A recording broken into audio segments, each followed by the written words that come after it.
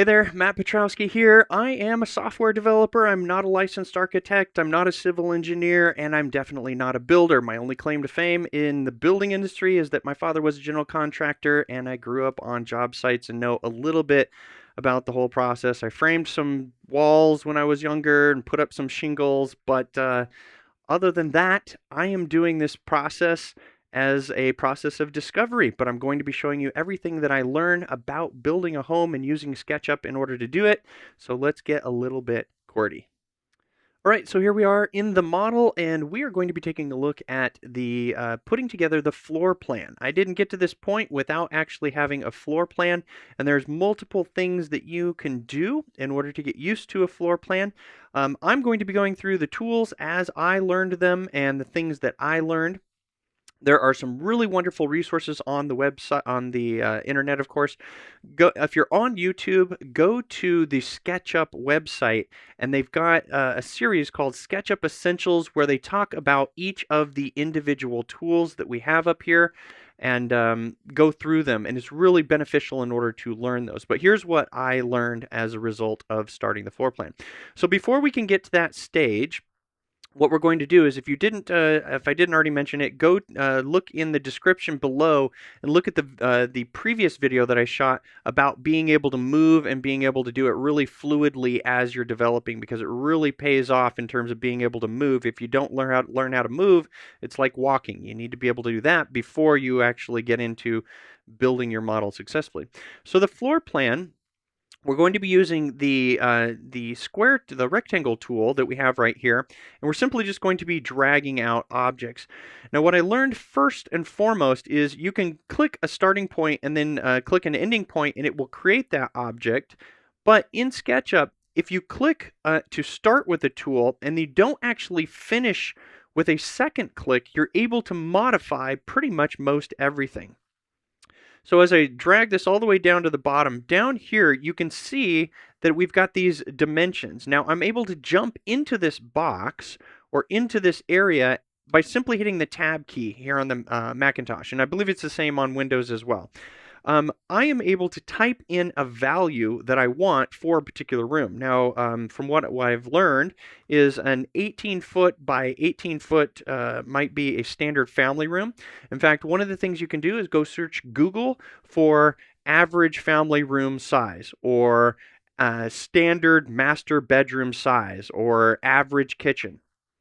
Of course, if you're building your own house, you're in a house right now, you can always measure the room that you've got and see if you like those dimensions, go ahead and use those same dimensions. So what happens is, I started dragging again there, but let me hit the Tab key. It didn't take right there. I click first, drag out, Tab, type in 18 feet, comma 18 feet, hit return, and it will make the rectangle that object. Now, the next most important thing that I've learned is you do not want to put down another room or another shape until you learn this most essential thing in all of SketchUp, especially if you're doing a house. Blended geometry. So if I take the rectangle tool and I drag into this, what we're going to see is, as I zoom in here, we can see that these lines show me that these outside lines, which are heavier, and that's just a form of it's a result of the style that is set in my SketchUp document.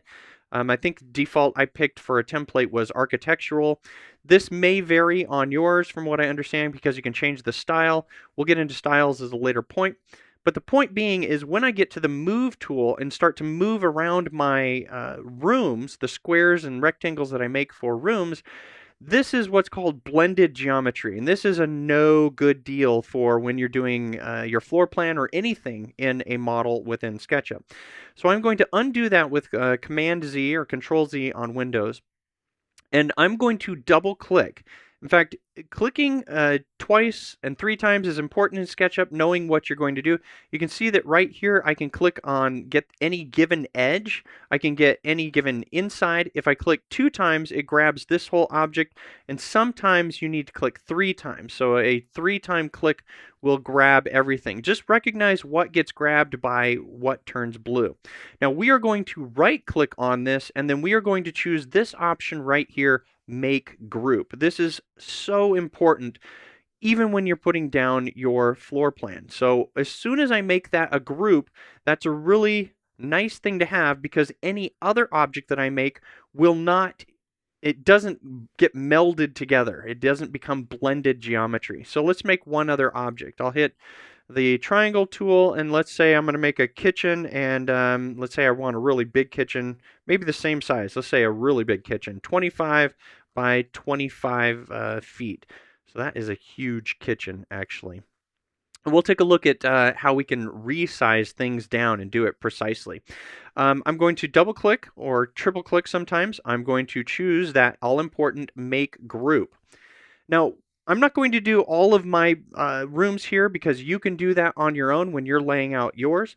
But the important thing that I recognize or learned about objects, and when you make them into groups, and down the road we'll talk about components, is that things inside the group are different than things outside of the group. So let's take a look at what I mean by that. So I want to label this as my family room so that I know when I'm moving it around that it is my family room, and I'm putting it relative to my kitchen. Man, I got to make that a smaller kitchen. The way that we do this is when you double click, notice that as I zoom out and move this, you can see that the bounding box on the object is showing me that that object is selected, and everything else sort of becomes this grayed outlook, which is really cool. I love the way that SketchUp deals with these objects. It shows you the dimensionality of the bounding box. But what happens is a lot of the times you're using two different tools, which are super important. It is these, the label tool, not as much, but the tape measure, absolutely. All the time you're using the tape measure. So when I select on that, and I believe the key is T, so we'll practice here. If I hit the space bar, that's the default tool, or the arrow that we have right here. If I hit the T tool, it takes me into the tape. So knowing to switch those back and forth is really helpful. So I'm in the tape tool. So because I'm in this object, and I drag this out, this guide point, this guide, when I let go of this by clicking, this is now part of this object. So when I'm selected out of the tool, and you can get out of an object by hitting the escape key, which I just did right there, or I'll double click and I'll go in. You can also get out by clicking outside of the bounding box anywhere. So I'll click, and that I exit that particular object. The problem is this guide, because I put the guide inside the object or inside the group, is connected to that. So if I select this guide and I want to get rid of it, notice that the object itself is selected. Now the same thing applies to labels. So if I was to delete that guide, my object would go away as well. So I'll select this guide and I'll get rid of it. But let's take a look at the label. I want to see what this item is in my floor plan. So I'll put a label here. You can see that it automatically picks up some of the dimensions or the square footage on the object. But I'm going to call this my family room. And then I'm going to click outside of that. Notice that the bounding box actually changed there. It's showing a much higher bounding box. Now there's a difference between something being integrated into the group and something being attached to the group. And I had to learn this. So we're going to go into this object. I'm going to select that label, get rid of it, leave that object so that the bounding box more or less represents my object. Then I'm going to click out of it, make sure I'm out of the group, and the label will attach to this. So I can call this my family room now. And then I will, I believe yep, I did make this an object. It is, I did group it, so I did do it the right way. And we'll put a label on that one as well. And we'll call this the kitchen. And I think you get the idea that you're going to be able to do the rest of the rooms. In fact, the four of the biggest, most important rooms to start with, is from what I understand, is the family room, the kitchen, where you're spending most of the time, and the family room is usually attached to the kitchen, although it may be different in your design, master bedroom, and master bath. All of the rest of the rooms, yeah, you're going to be using those, but designing them pretty much around these four major rooms, or at least that's what I've read in some of the building magazines or the building books that I'm reading. So the next thing that we have is arranging these, and that is the Move tool. So the Move tool, and again, SketchUp has some really awesome, I think his name is Adam. I've watched a lot of videos, or Aaron.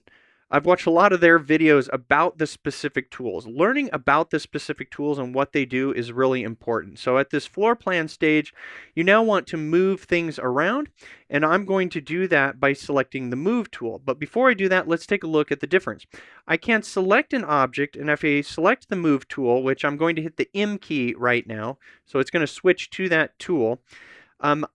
If this object is selected, when I move this, notice that it stays selected. So the key is when you want to move multiple things, make sure you have nothing selected. So if I just simply click and I have no selections right now, then when I select the Move tool, what happens is as I hover over objects, it now makes it really easy to move and reorient them.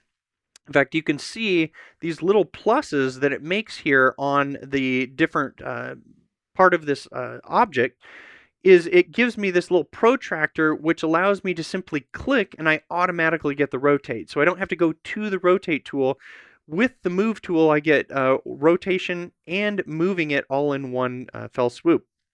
So we'll go back to that Move tool, and now it's just a matter of arranging your floor plan the way that you want it. And that's where I'm going to leave this video. We are basically going to have the floor plan, or I'll show you the floor plan. I actually deleted mine in my model, but we'll get one pretty much close to the same, and we'll cover that in the next video. How do you start to add the walls? And if you did specify a room that was 18 by 18, how do you preserve that 18 by 18? Because remember, your walls are going to take space. You have to account for your walls, and so we'll take a look at that in the next video. As always, please leave comments. If you're interested in this series and you want to be notified, click the subscribe button, the bell, all that other stuff that everybody else says to do on YouTube. I am just doing this for the purpose of giving people the education that I get as I learn through this process, and hoping that those of you out there will make contributions back. Like when we get to my actual walls and you're like, no, Matt, dude, I'm a civil engineer and you've got to put in a beam there or whatever. I am still learning all of the tools, all of the Medic plugins, all kinds of stuff, but as I learn, I am giving you all of the information that I acquire as I do it. So see you in the next video, and stay QWERTY.